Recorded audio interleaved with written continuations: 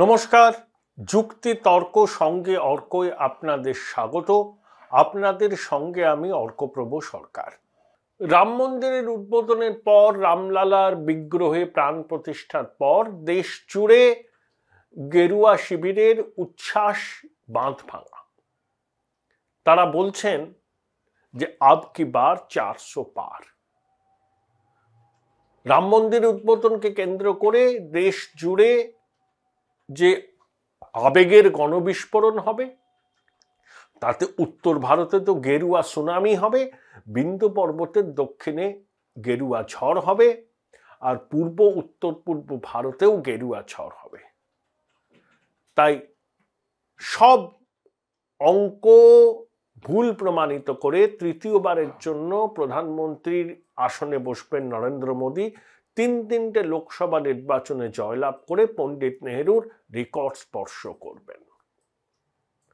এবার কিছু তথ্যের দিকে চোখ বোলানো যাক। তার আগে জানিয়ে রাখি, প্রধানমন্ত্রী কেন্দ্রীয় মন্ত্রিসভায় তার সতীর্থদের ফেব্রুয়ারি মাস পর্যন্ত অযোধ্যায় রামলালা দর্শনে যেতে বারণ করেছেন। স্বাভাবিক, যেভাবে ভিড় হচ্ছে রাম মন্দিরে, কেন্দ্রীয় মন্ত্রীরা গেলে তার নিরাপত্তার বিষয়টাও থাকে। সুতরাং সাধারণ মানুষ আগে দর্শন করুন, কেন্দ্রীয় মন্ত্রীরা পরে যাবেন। এবার আসি যে বিষয় নিয়ে, কোন অঙ্কে বিজেপি রেকর্ড সংখ্যক আসন জিততে পারে, মানে 303 প্লাস। এবার দেখা যাক ভারতবর্ষের 543টা লোকসভা আসনের মধ্যে 200টি আসনে বিজেপি কখনো জেতেনি। তাহলে পড়ে রইল কটা? পড়ে রইল 343টা আসন। তাহলে ওই 343টা আসনের মধ্যে বিজেপি জিতেছে 303, আমি আরো ধরলাম 20, 325। তাহলে যে উচ্ছ্বাস দেখা যাচ্ছে, আপ কি বার 400 পার, 400 না হলেও 350-এর উপর, সেখানে অঙ্কটা কি? দেখুন, কেরালা, তামিলনাড়ু, অন্ধ্রপ্রদেশে মিলিয়ে যে 81টা আসন আছে, আরো বেশি আছে, কিন্তু 81টা আসনে তামিলনাড়ুতে 39, কেরালায় 21 আর অন্ধ্রপ্রদেশে 25, 85টা আসন আছে। এই 85টার মধ্যে 81টা আসনে বিজেপি কোনোদিন জিতেনি, কোনোদিন জেতেনি। 2014 সালে তামিলনাড়ুর কন্যাকুমারী আসন থেকে বিজেপি জয়লাভ করেছিল, আর 2019-এ অন্ধ্রপ্রদেশে 2টো আসন বিজেপি পায়, কিন্তু কেরালায় খাতা খুলতে পারেনি, তামিলনাড়ুতে খাতা খুলতে পারেনি। আবার বিন্ধ্য পর্বতের দক্ষিণে কর্ণাটকে 28টার মধ্যে 26টা আসনে বিজেপি জেতে, তেলেঙ্গানায় 17টার মধ্যে 4টে। তেলেঙ্গানার বিধানসভা নির্বাচনে বিজেপি 15%-এর কাছাকাছি ভোট পেয়েছে। 2018-এ কর্ণাটকে বিধানসভা নির্বাচনে বিজেপি ক্ষমতায় আসেনি, 36%-এর কাছাকাছি ভোট পেয়েছিল। 2019-এর লোকসভা নির্বাচনে গেরুয়া সুনামি হয় কর্ণাটকে, বিজেপির প্রাপ্ত ভোট দাঁড়ায় 51%, এই 15% হচ্ছে মোদি ভোট। কেরালায় বিজেপি 17-18% ভোট পায়, কিন্তু আসন পায় না। তামিলনাড়ুতে এআইএডিএমকে সহযোগী ছিল বিজেপি, এখন তারা একা লড়বে। তাহলে 81টা আসনে বিজেপি কখনো জেতেনি, অন্ধ্রপ্রদেশ, কেরালা, তামিলনাড়ু। প্রথমে আসি কেরালা। কেরালায় ইউডিএফ বনাম এলডিএফ। 2019-এ কেরালায় কংগ্রেস সুইপ করেছিল। রাহুল গান্ধী ওয়েনার থেকে 4 লক্ষের উপর ভোটে জিতেছিলেন। 19 জন সাংসদ কংগ্রেসের টিকিটে জিতেছেন। বিজেপি এখানে কি করছে? প্রধানমন্ত্রী বারবার যাচ্ছেন, উন্নয়ন প্রকল্প ঘোষণা করছেন, খ্রিস্টান সমাজের সমর্থন চাইছেন, কিছু যাজকদের দলে টানছেন। লক্ষ্যটা কি?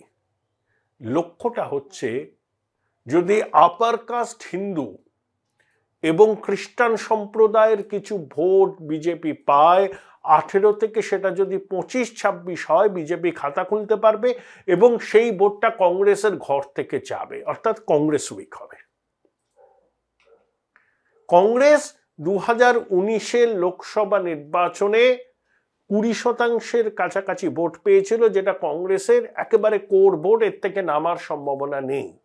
52টা আসন পায়, তার মধ্যে 19টাই হচ্ছে কেরালা থেকে, তামিলনাড়ু থেকে 4টে, আপনার পাঞ্জাব থেকে 7-8টা, কর্ণাটক থেকে 2টো, এইরকম। কিন্তু বিজেপির সঙ্গে যেখানে সরাসরি লড়াই কংগ্রেসের, 192টা আসনের মধ্যে মাত্র 16টা আসনে কংগ্রেস জয়লাভ করেছে। ডিসমাল পারফরমেন্স।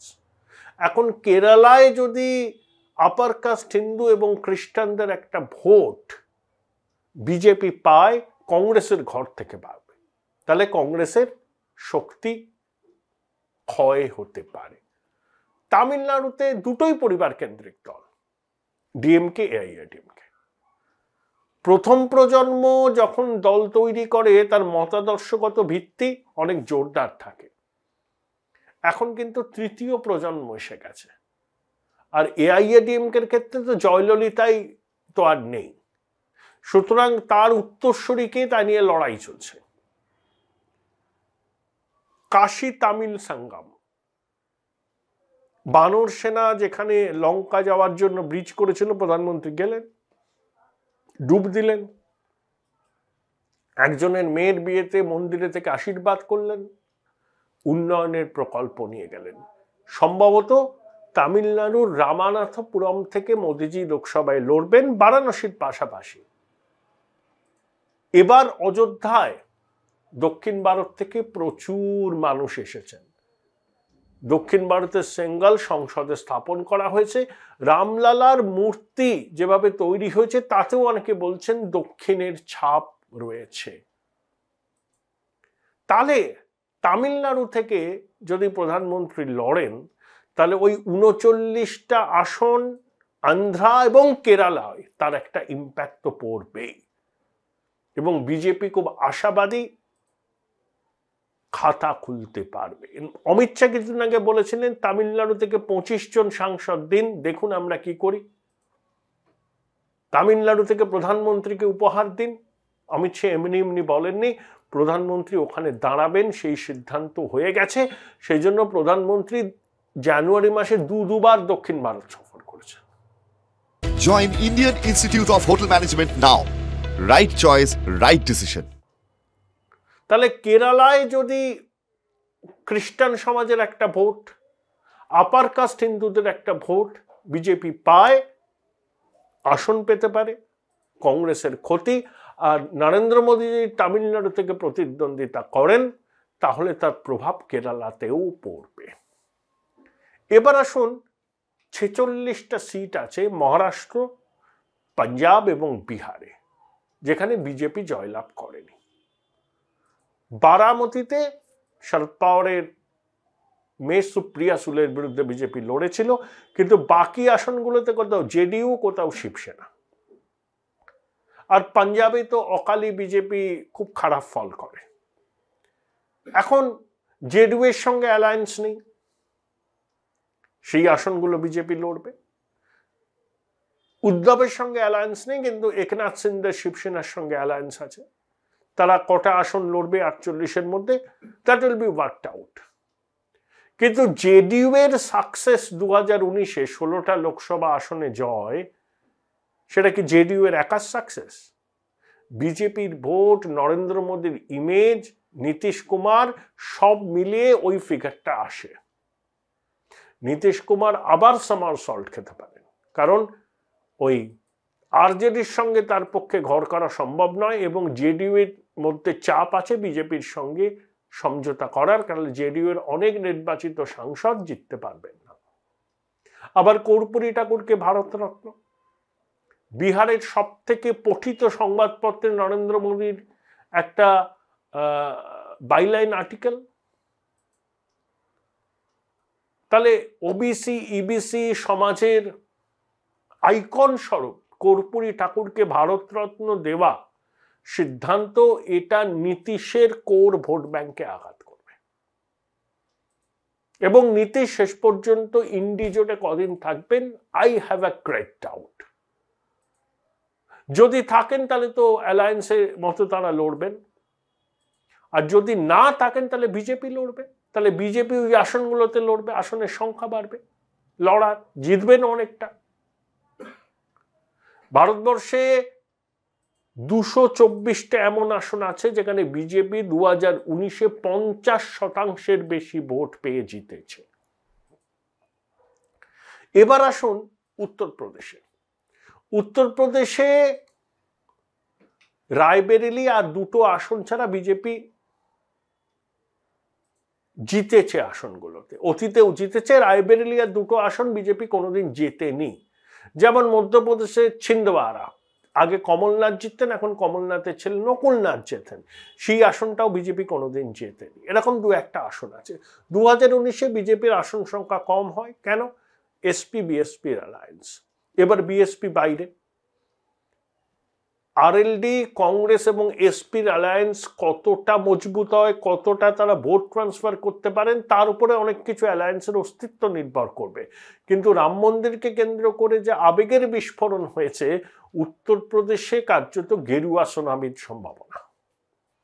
তাহলে 2014 সালে বিজেপি তার সহযোগীদের নিয়ে উত্তরপ্রদেশে 80টার মধ্যে 73টা পেয়েছিল, 19-এ সেই আসন সংখ্যা কমেছিল, 24-এ অনেকে বলছেন যে 80-র মধ্যে 76-77টা আসন পেতে পারেন। ছিন্দওয়ারায় কমলনাথ কি তার নিজের গড় ধরে রাখতে পারবে? এবার আসুন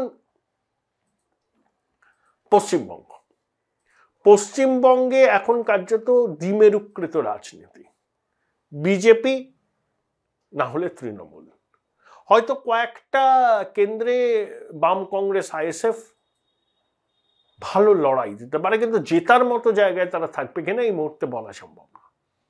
তাহলে বিজেপি পশ্চিমবঙ্গে 2019-এ 18টি পেয়েছিল, কোনো অবস্থাতেই 18টির থেকে সেই সংখ্যা কমবে বলে আমার মনে হয় না। উড়িষ্যায় বিজেপি বিজেডি জোরদার লড়াই হবে, একবারে কাঁটে কি টাক্কার।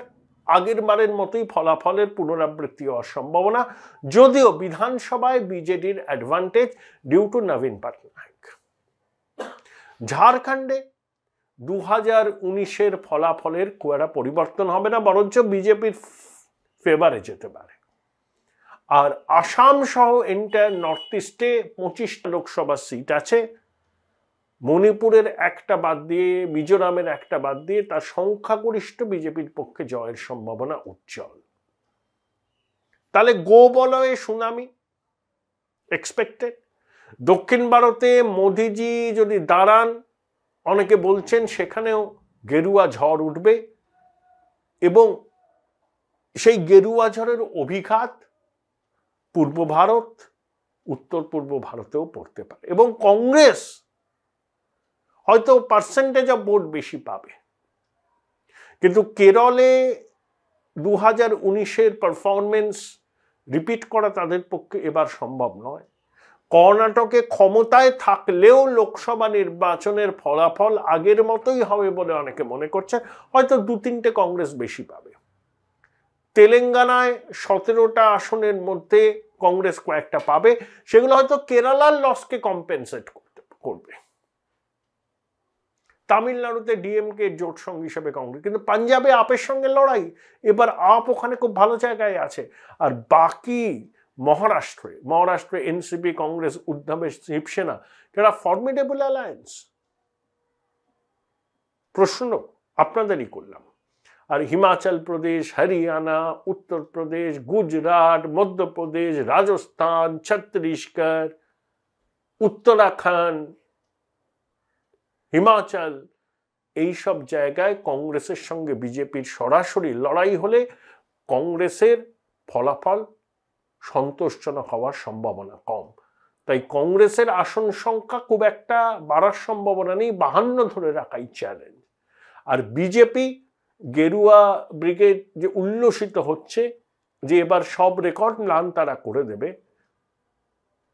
রাজীব গান্ধীর ওই 400+ নয়, আমার মনে হয় সেটা সম্ভব নয়, সেটা বিশেষ পরিস্থিতিতে হয়েছিল।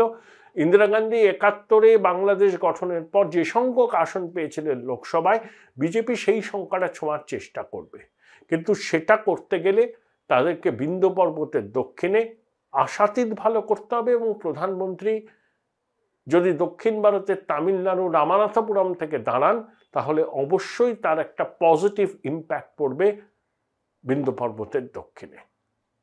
পুরো বিষয়টা খুব সুন্দরভাবে একটা এপিসোডে বুঝিয়েছেন প্রবীণ সাংবাদিক শেখর গুপ্তা।